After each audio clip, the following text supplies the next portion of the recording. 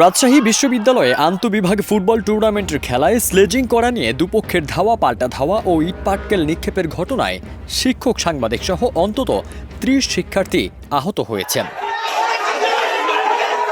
১৮ November বিকেলে বিশ্ববিদ্যালয়ের শেখ কামাল স্টেডিয়ামে মার্কেটিং ও আইন বিভাগের শিক্ষার্থীদের মধ্যে এই ঘটনা ঘটে।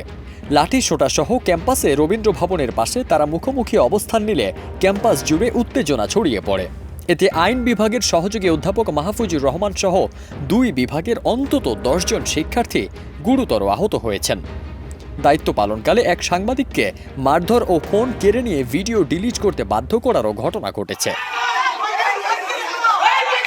পরে সন্ধ্যা ৭:৩০টার দিকে আবারও ধাওয়া পাল্টা ধাওয়া হয়।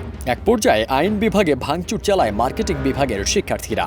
পরে বিশ্ববিদ্যালয়ের উপাচার্য ঘটনাস্থলে উপস্থিত হলে পরিস্থিতি শান্ত হয়।